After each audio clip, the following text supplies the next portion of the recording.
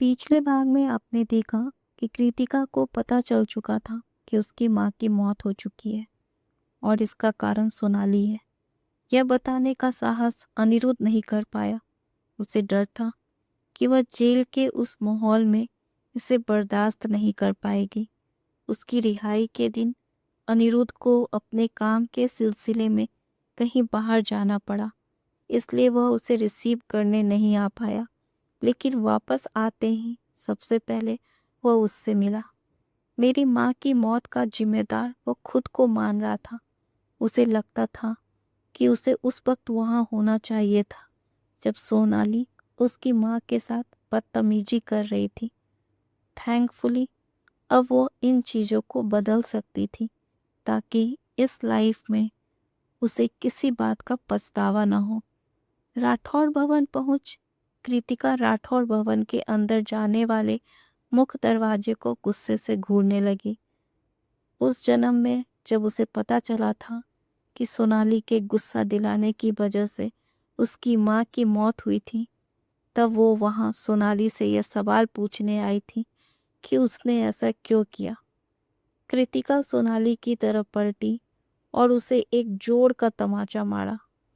वीरेंद्र राठौर ने पूरा जोर लगाकर कृतिका को सोनाली से दूर कर दिया और जोर से उसके गाल पर एक तमाचा लगाया। ऐसा लग रहा था जैसे वीरेंद्र राठौर सोनाली के गाल पर मारे गए चांटे का बदला ले रहा था।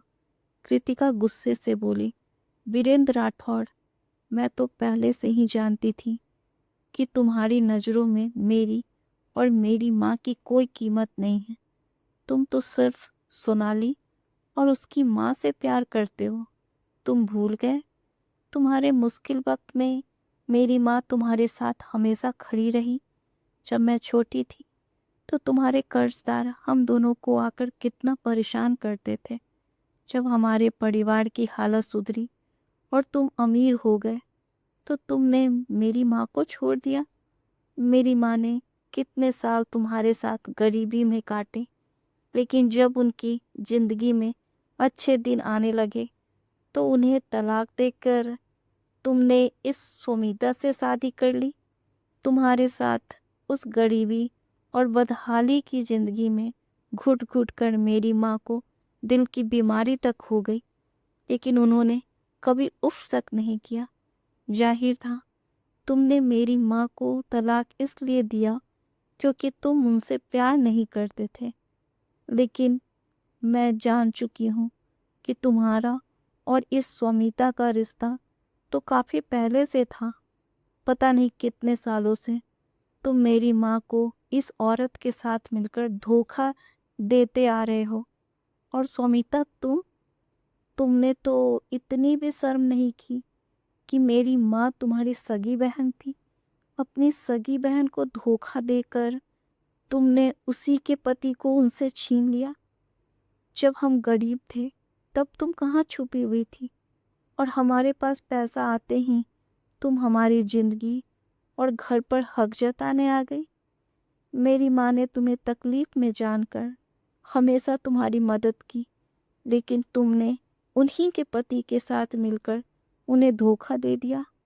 वैसे देखा जाए तो तुम दोनों एक ही थाली के चट्टे बट्टे हो, दोनों गिरे हुए और धोखेबाज हो। कृतिका के मुख से इतना कुछ सुनने के बाद वीरेंद्र राठौर बर्दाश्त नहीं कर सका और तुरंत अपना हाथ उठाते हुए बोला, निकल जाओ इस घर से, यहाँ तुम्हारी कोई ज़रूरत नहीं है।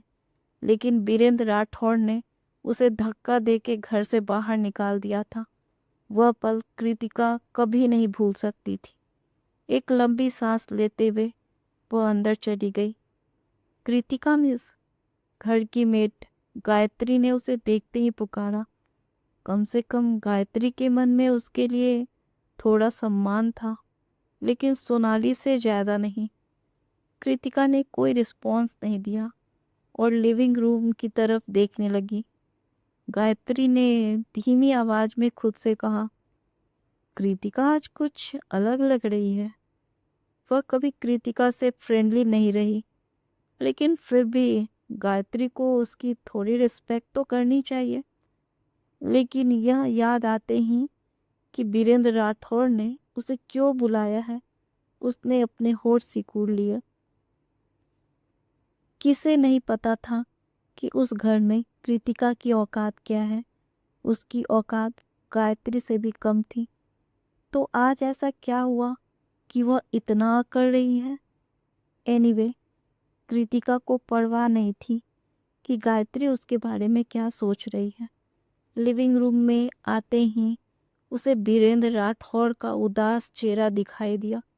सोनाली और अनिकेत भी वहां मौजूद थे। सौमिता सोनाली को चुप करा रही थी, जिसकी आंखों से आंसू रुक ही नहीं रहे थे। कृतिका ने हैरानी से उसे देखकर पूछा, तुम इतनी जल्दी पुलिस स्टेशन से आ गई? बिना एक शब्द कहे वीरेंद्र ने जोर का थप्पड़ कृतिका को मारा। हालांकि वीरेंद्र कृतिका पर बहुत गुस्सा होगा, इसका एहसास उसे था, लेकिन उसने सोचा भी नहीं था कि बिना कुछ कहे वो उस पर इस तरह से हाथ उठाएगा। उसकी माँ से डिवोर्स और सौमिता से शादी के बाद भी वीरेंद्र ने आज तक उस पर कभी हाथ नहीं उठाया था। यह पहली बार था। अगर कृतिका अभी पास्ट लाइफ वाली कृतिका होती तो उसका दिल टूट गया होता, लेकिन अब उसे इन बातों से कोई फर्क नहीं पड़ने वाला था। कृतिका ने पहले ही देख लिया था कि वीरेंद्र उसे थप्पड़ मारने के लिए अपना हाथ उठा रहा है। वह उस थप्पड़ से बच सकती थी, लेकिन उसने जानबूझकर ऐसा नहीं किया और उसने खुद को मारने दिया। लेकिन उसे इस बात का अंदाजा नहीं था कि वीरेंद्र ने उस थप्पड़ में कितनी ज्यादा ताकत लगाई थी। उस थप्पड़ ने ना सिर्फ उसका सिर्फ दाएं को घुमा दिया, बल्कि वह लड़खड़ा भी उठी थी। कृतिका ने अपना सिर झुकाया और उसके चेहरे के एक्सप्रेशन बदल गई। वह चाहती तो खुद को संभाल सकती थी, लेकिन उसने ऐसा नहीं किया और जानबूझ के गिर पड़ी। एक हाथ अपने लाल हो चुके गाल पर रख कृतिका ने अपना सर उठाया। उसकी आंखों से आंसू बहने लगे थे, जिसे वीरेंद्र अच्छे से देख सकता था। उसे ऐसा लगा जैसे कृतिका को विश्वास ही नहीं हो रहा है कि अभी अभी उसने उस पर हाथ उठाया था। कृतिका ने आंसू भरी आंखों से उसे देखा। वीरेंद्र का दिल थम सा गया। कृतिका की आंखें उसे बिल्कुल अनुराधा की आंखों की तरह देख रही थी। उस पल में कृतिका और अनुराधा के चेहरे बिल्कुल एक जैसे दिखाई दे रहे थे। पास्ट लाइफ में अनुराधा ने वीरेंद्र के साथ बहुत सारी मुश्किलों का सामना किया था। चाहे हालात कितने भी बुरे क्यों ना हो, वह वीरेंद्र के सामने कभी नहीं रोया करती थी। बस एक बार वो उसने गलती से रोते देख पाया था। वो कभी अपनी कमजोरी उस पर जाहिर नहीं होने देती थी। उसके चेहरे पे हमेशा मुस्कान बनी रहती थी। फिर भी उसे रोता देख वीरेंद्र दर्द से तड़प उठा था। कृतिका बिल्कुल अनुराधा जैसी थी। वीरेंद्र ने अपना हाथ रोक लिया। उसे विश्वास नहीं हो रहा था कि उसने गुस्से में आकर कृतिका पर हाथ उठाया था। वीरेंद्र के मन में उठे तूफान को भांपकर सौमिता ने तुरंत कृतिका को संभाला और झूठी सहानुभूति दिखाते हुए पूछा, तुम ठीक तो हो ना बेटा? फिर वह वीरेंद्र की तरफ पलटी, तुमने अपनी बच्ची पर हाथ कैसे उठाया? हम बात करके इस मैटर को सॉल्व कर सकते हैं। आपने ठीक कहा माँ। कृतिका, तुम्हें लगी तो नहीं ना? सोनाली ने सौमिता की तरह ही झूठी सहानुभूति दिखाई। उसने जानबूझकर अपने आंसू नहीं पोंछे और बेशर्मी से उसे बहते रहने दिया। सौमिता और सोनाली को कृतिका की केयर करते देख जो गिल्ट वीरेंद्र के मन में उठ रहा था, वो अब गुस्से में बदल गया। वीरेंद्र ने गुस्से में कृतिका की तरफ अपनी फिंगर को पॉइंट करते हुए कहा, देखो, तुम्हारी माँ और बहन कितनी परवाह करते हैं तुम्हारी, फिर भी तुमने अपनी बहन को हर्ट किया और उसे फंसा भी दिया। तुम इतनी बुरी कैसे हो सकती हो? कृतिका ने कांपते हुए होठों से कहा, dad, don't call me dad. तुम मेरी बेटी हो ही नहीं सकती। वीरेंद्र राठौर की बेटी इतनी क्रूएल नहीं हो सकती। वीरेंद्र ने अपने हाथों को ऐसे हटाया जैसे कृतिका कोई कूड़े का ढेर हो जिससे बदबू आ रही थी। उसने ऐसे बिहेव किया कि अगर वो उसके थोड़ा और करीब आ जाती तो वो गंदा हो जाता। आखिर मैंने किया क्या है? क्यों आप मुझसे इतना गुस्सा है? यहाँ आने के बाद से मैंने एक शब्द भी नहीं कहा और आपने मुझ पर हाथ उठा दिया। अगर मैंने आपको गुस्सा दिलाया है तो उसका कोई रीज़न बताइए। कृतिका रोते हुए बोली। उसका हाथ अभी भी थप्पड़ खाए गए गाल पर था। सौमिता को कृतिका कुछ बदली सी नजर आ रही थी। इससे पहले कृतिका ने कभी सौमिता को खुद को छूने नहीं दिया था। उसके ऐसे करने पे वे हमेशा उसका हाथ झटक देती थी। इस वजह से वीरेंद्र के दिल में कृतिका के लिए गुस्सा और नफरत दोनों ही बहुत ज़्यादा बढ़ गए थे।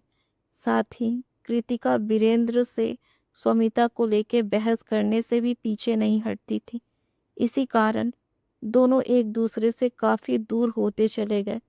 लेकिन उस वक्त कृतिका ने सौमिता को खुद से दूर नहीं किया, ना ही उसने उसे गुस्से में खुद से दूर रहने को कहा।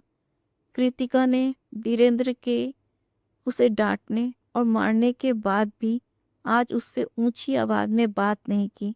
यहाँ तक कि सोनाली भी कृतिका में आए इस बदलाव को महसूस कर सकती थी। उसने तुरंत चाल चली और वीरेंद्र के पास आकर उसकी कोहनी को धीरे से पकड़ते हुए कहा, डैड, मैं ठीक हूँ। आप मेरे लिए दीदी से झगड़ा मत कीजिए। पहले तो वो कृतिका के रिप्लाई के बाद गिल्ट फील कर रहा था, लेकिन सोनाली की आंखों से लगातार बहते हुए आंसू को देख के उसे उन डिफ़िकल्टीज़ की याद आ गई जिससे सोनाली इतने सालों तक गुजरी थी। सोनाली का रोना बंद ही नहीं हो रहा था। वो उसका अपना खून थी जिसे वो दुनिया के सामने एक्सेप्ट नहीं कर सकता था।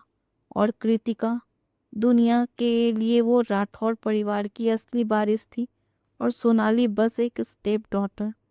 तो इसमें गलत क्या था कि वो सोनाली को कृतिका से ज़्यादा प्यार करता था और उसकी इस ख्वाहिश को पूरी करना चाहता था। कृतिका अपने मन में करवाहट लिए हुए मुस्कुराई। उसे वीरेंद्र से कोई उम्मीद नहीं थी, फिर भी वीरेंद्र के शब्दों ने उसके फादर डॉटर के रिलेशन को पूरी तरह से बिखेर दिया। बड़ी बहन होने के बाद भी तुमने उसे फंसाया, यहाँ तक कि उसे पुलिस स्टेशन भी जाना पड़ा, और तुम पूछ रही हो कि तुमने क्या किया है? फंसाया? कृतिका ने अविश्वास में सोनाली को देखा और फिर बोली, क्या तुमने डैड से ये कहा? पुलिस को एविडेंस की ज़रूरत होती है किसी को अरेस्ट करने के लिए।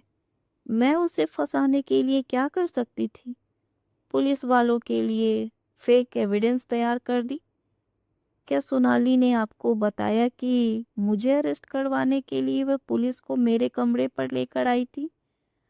उसने पुलिस वाले के सामने मुझे अपराधी साबित करना चाहा और उन्हें फोर्स किया कि वो मुझे अरेस्ट कर पुलिस स्टेशन ले जाए।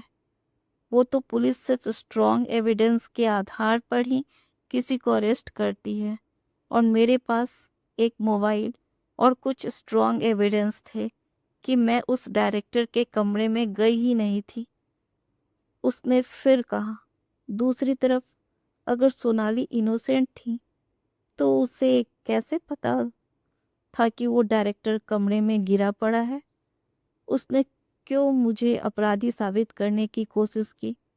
वो तो अच्छा था कि उसके भेजे टेक्स्ट मैंने डिलीट नहीं किए थे, जिससे पुलिस वालों को ये पता चला कि डायरेक्टर के कमरे में एक्चुअल में कौन गया था और कौन सा डायरेक्टर किसी एक्टर या एक्ट्रेस के छोटे मोटे असिस्टेंट से अपने कमरे में मिलेगा, जबकि मोस्टली वो सीधे एक्टर से बात करना पसंद करते हैं।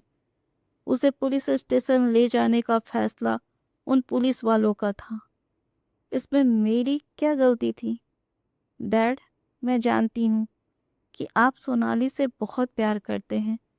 आपके लिए तो मैं सोनाली के एक बाल के बराबर भी नहीं, लेकिन इसका ये मतलब नहीं कि आप मुझे इतनी बुरी तरह बिहेव करेंगे।